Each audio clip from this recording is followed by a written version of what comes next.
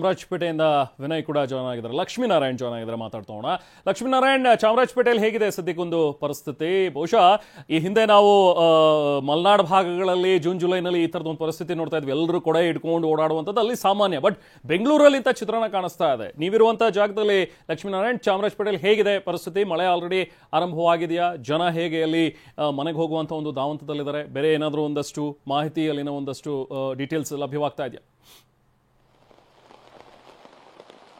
ರೆಮನ್, ಕಳೆದ 3-4 ದಿನಗಳಿಂದ ಬೆಂಗಳೂರಿನ ಸುರಿತಾ ಇರತಕ್ಕಂಥ ಧಾರಾಕಾರ ಅಬ್ಬರದ ಮಳೆಯಿಂದಾಗಲಿ ಜನಸಾಮಾನ್ಯರು, ವಾಹನ ಸವಾರರು ಅಕ್ಷರಶಃ ನರಕವನ್ನು ನೋಡ್ತಾ ಇದ್ದಾರೆ. ಯಾಕಂದರೆ ಮನೆಯಿಂದ ಈಚೆ ಬರೋದಕ್ಕೆ ಕೂಡ 100 ಬಾರಿ ಯೋಚನೆ ಮಾಡ್ತಕ್ಕಂಥ ಪರಿಸ್ಥಿತಿ ನಿರ್ಮಾಣ ಆಗಿರ್ತಕ್ಕಂಥ. ನನಗೆ ಸದ್ಯಕ್ಕೆ ಬೆಂಗಳೂರಿನ ಚಾಮರಾಜಪೇಟೆ ಬಳಿ ಇದ್ದೀನಿ. ಚಾಮರಾಜಪೇಟೆ ಮೈಸೂರು ರಸ್ತೆ ಮತ್ತು ಕಾರ್ಪೊರೇಷನ್ ಸುತ್ತಮುತ್ತ ಧಾರಾಕಾರ ಅಬ್ಬರದ ಮಳೆ ಆಗ್ತಾ ಇದೆ. ಹೀಗಾಗಿ ಎಂದಿನಂತೆ ವಾಹನ ಸವಾರರು ವಾಹನ ಚಾಲನೆ ಮಾಡೋದಕ್ಕೆ ತೀವ್ರ ಸಂಕಷ್ಟವನ್ನು ಪಡ್ತಿದ್ದಾರೆ. ಚಾಮರಾಜಪೇಟೆ ಇರತಕ್ಕಂಥ ಸ್ಥಿತಿಗತಿ ನಾನು ಎಕ್ಸ್ಪ್ಲೈನ್ ಮಾಡ್ತಾ ಹೋಗ್ತೀನಿ. ನೀವೀಗ ನೋಡ್ತಾ ಇರೋದು ಚಾಮರಾಜಪೇಟೆ ಮುಖ್ಯ ರಸ್ತೆ, ಏನು ಭವನ ಬೆಂಗಳೂರು ಪ್ರೆಸ್ ಪದವಿ ಪೂರ್ವ ಕಾಲೇಜು ಬಳಿ ಮರವೊಂದು ಉರುಳಿತ್ತು. ಏನು ಇಂದು ಬೆಳಗ್ಗೆ 7 ಗಂಟೆಗೆ ಒಂದು ಮರವೊಂದು ಉರುಳಿತ್ತು. ಇಲ್ಲಿದ್ದಂಥ JCB ಮೇಲೆ ಏಕಾಏಕಿ ಮರ ಉರುಳಿದಂಥ ಪರಿಣಾಮ ಇಲ್ಲಿ ಸಾಕಷ್ಟು ಅವಾಂತರ ಕ್ರಿಯೇಟ್ ಆಗಿತ್ತು. ರಸ್ತೆ ಕೂಡ ಬಂದಾಗಿದೆ. ಬೆಳಗ್ಗಿಂದಲೂ ಕೂಡ ಒಂದು ಚಾಮರಾಜಪೇಟೆ ಮುಖ್ಯ ರಸ್ತೆ ಈದ್ಗಾ ಮೈದಾನದ ಬಳಿ ಇರತಕ್ಕಂಥ ಈ ಒಂದು ಪ್ರಮುಖ ರಸ್ತೆ ಬಂದಾಗಿರ್ತಕ್ಕಂಥದ್ದು. JCB ಮೇಲೆ ಮರ ಉರುಳಿ ಪರಿಣಾಮ ಬೆಳಗ್ಗೆಯಿಂದಲೂ ಕೂಡ ಏನು ತೆರವು ಕಾರ್ಯಾಚರಣೆ ನಡೀತಾ ಇತ್ತು. ಆದರೆ ಈಗ ಮತ್ತೆ ಮಳೆ ಆರಂಭ ಆಗಿರೋದ್ರಿಂದ ಆ ತೆರವು ಕಾರ್ಯಾಚರಣೆಗೆ ಭಾರಿ ಅಡ್ಡಿ ಆಗಿರೋದ್ರಿಂದ ಈಗ ಸದ್ಯಕ್ಕೆ ತೆರವು ಕಾರ್ಯಾಚರಣೆ ಸ್ಥಗಿತಗೊಂಡಿದೆ. ಅದಲ್ಲದೆ ಈ ಸುತ್ತಮುತ್ತ ಇರತಕ್ಕಂಥ ಸ್ಥಳೀಯ ನಿವಾಸಿಗಳು ಕೂಡ ಈ ಒಂದು ರಸ್ತೆ ಬಂದಾಗಿರೋದ್ರಿಂದ ಪರದಾಟ ಮಾಡ್ತಾ ಇದ್ದಾರೆ. ಏನು ರಸ್ತೆಯನ್ನ ಸುತ್ತ ಹಾಕೊಂಡು ಬಂದು ಮನೆಯನ್ನ ಸೇರ್ಕೊಳ್ಳುವಂತ ಧಾವಂತಲ್ಲಿದ್ದಾರೆ. ಏನು ಮನೆಯಿಂದಲೂ ಕೂಡ ಈಚೆ ಬರೋಕೆ ಆಗದಿರುವಂತಹ ಪರಿಸ್ಥಿತಿ ಚಾಮರಾಜಪೇಟೆಯಲ್ಲಿ ಸಾಮಾನ್ಯವಾಗಿ ಕಂಡು ಬರ್ತದೆ. ಛತ್ರಿಗಳನ್ನ ಹಿಡಿದು ಜನ ಪರದಾಟ ನಡೆಸಿಕೊಂಡು ಏನು ಹರಸಾಹಸವನ್ನ ಪಟ್ಕೊಂಡು ಮನೆಗಳನ್ನ ಸೇರ್ತಕ್ಕಂಥ ಒಂದು ಸ್ಥಿತಿಗತಿ ಇಲ್ಲಿ ಚಿತ್ರಣ ಕಂಡು ಬರ್ತಾ ಇದೆ.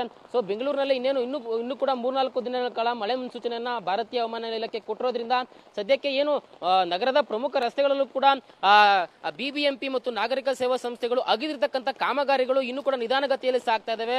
ಇದರಿಂದ ಅದರ ಮಧ್ಯೆ ಮಳೆ ಕೂಡ ಬೀಳ್ತಾ ಇರೋದ್ರಿಂದ ಈ ಕಾಮಗಾರಿಗಳು ಜನರ ಒಂದು ಜೀವಕ್ಕೆ ಕುತ್ತು ತರುವಂತ ಸಾಧ್ಯತೆಗಳು ಕಾಣಿಸ್ತಾ ಇದೆ. ನೋಡ್ತಾ ಇರಬಹುದು ದೃಶ್ಯಾವಳಿಗಳಲ್ಲಿ ಯಾವ ರೀತಿ ರಸ್ತೆಗಳನ್ನ, ಫುಟ್ಪಾತ್ ಗಳನ್ನ ಅಗಿದಾಕಿರೋದ್ರಿಂದ, ಇದರ ಮಧ್ಯೆ ಮಳೆ ಕೂಡ ಅಟ್ಯಾಕ್ ಆಗಿರೋದ್ರಿಂದ, ಇದರ ಮಧ್ಯೆ ಜನ ಹೇಗೆ ಸಾರ್ವಜನಿಕ ರಸ್ತೆಗಳಲ್ಲಿ, ಫುಟ್ಪಾತ್ ಗಳಲ್ಲೂ ಕೂಡ ಓಡಾಟ ಮಾಡತಕ್ಕಂತ ಪರಿಸ್ಥಿತಿ ಇಲ್ಲ. ಈ ಮಳೆಯಲ್ಲಿ ಮತ್ತೆ ಅದು ಮತ್ತಷ್ಟು ದುಸ್ತರ ಆಗಿದೆ ಅಂತಾನೆ ಹೇಳ್ಬೋದು.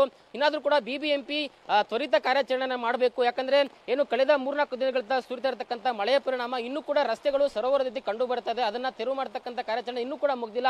ಅದರ ಮಧ್ಯೆ ಈಗ ಮತ್ತೆ ಮಳೆ ಧಾರಾಕಾರವಾಗಿ ಶುರುವಾಗಿರೋದ್ರಿಂದ ಮತ್ತಷ್ಟು ಈ ಒಂದು ಸಮಸ್ಯೆಗಳು ಹೆಚ್ಚಾಗುವಂತ ಸಾಧ್ಯತೆ ಇದೆ. ರಸ್ತೆಗಳು ಮತ್ತಷ್ಟು ಉಕ್ಕಿ ಹರಿಯುವಂತ ಸಾಧ್ಯತೆಗಳಿದಾವೆ.